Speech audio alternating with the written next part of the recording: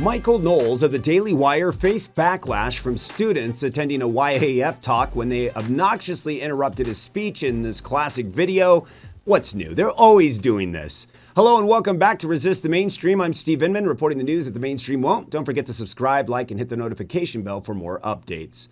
Well, you gotta love it when they shout you down, they yell at you because they disagree with you. Disillusioned young leftists make a fool of themselves on camera once again. The urge to stand up and shout without actually saying anything is a tactic used by the ignorant in order to prove a usually futile point. Most of the time, you at least get some kind of one-on-one with the opposing party. But in this case, all Knowles got was a poorly planned shouting fit. It's easy to cast aspersions on our forebears from our privileged positions in the most powerful, most equitable, most just, most prosperous country in the history of the world.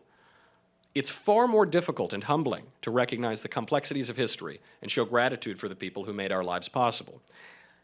All of that is beside the point. All of that has been missed by the ignorant activists who insist that GW ditch the colonial.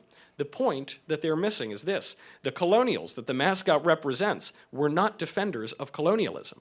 In fact, they were the opposite of defenders of colonialism. They fought a bloody war, they risked their lives to end colonialism in America and to end rule in Great Britain. They wanted their political independence.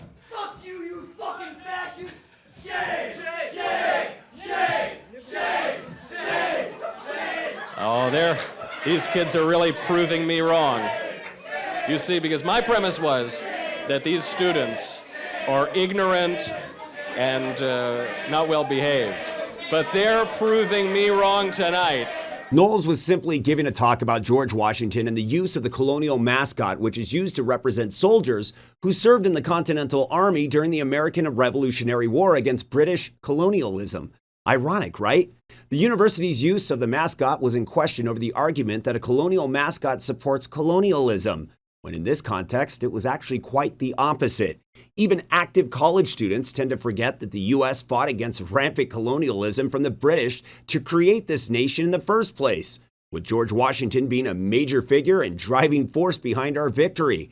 The group of protesters apparently planned this poor excuse of an interruption in which they all began to yell shame in unison after an out-of-place insult from their apparent leader calling Knowles a fascist. Within mere minutes, the unified shouts became misplaced and scattered as the group of over 10 people began to be escorted out, still shouting profanities and raising middle fingers. Wow, how mature. They called me a fascist for defending George Washington. Behold your country, leftists. Behold. I hope the cameras catch all the faces here, too.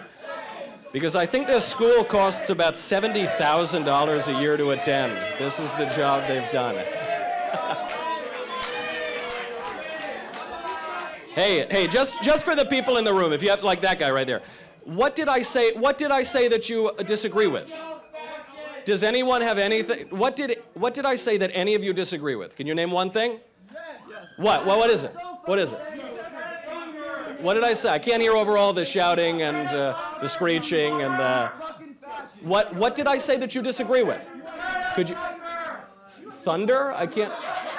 What are you saying? I can't hear it. So they can't name one thing. They can't name one thing. Following the shouting, the screaming, Knowles attempted to have a real debate with any of the protesters. However, the only response was more profanity and name-calling as the group ran away. Typical. Despite this unorganized setback, Knowles quickly moved on and further explained his position on the mascot topic. It goes to show if they were looking for a reaction, they obviously didn't do their research. Knowles is known for his serious and calm demeanor, so expecting him to get angry and shout was an embarrassing mistake, like most of these idiots do. The question is, what have these entitled and ignorant history erasers ever done themselves? Those people who were shrieking and screaming, what have they ever done? What credibility do they have? What authority do they have? Outrageous. They signal their own virtue every chance they get. What virtue have they ever actually enacted or embodied? Those spoiled, overgrown children stand atop the shoulders of giants, and they think that they're flying. They never, ever seem to pause and reflect on their own imperfections. They never seem to know even what they're shouting about.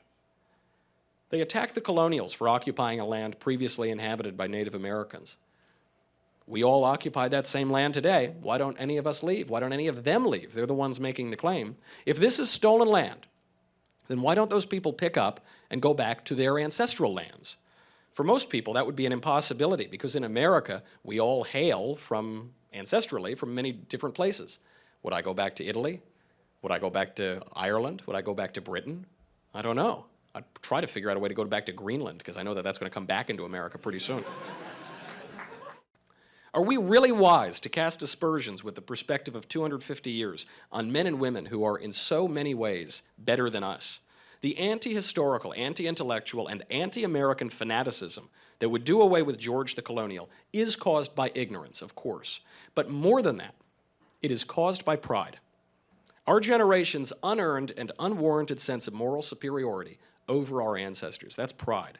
George Washington had a motto, and GW has adopted this motto very often.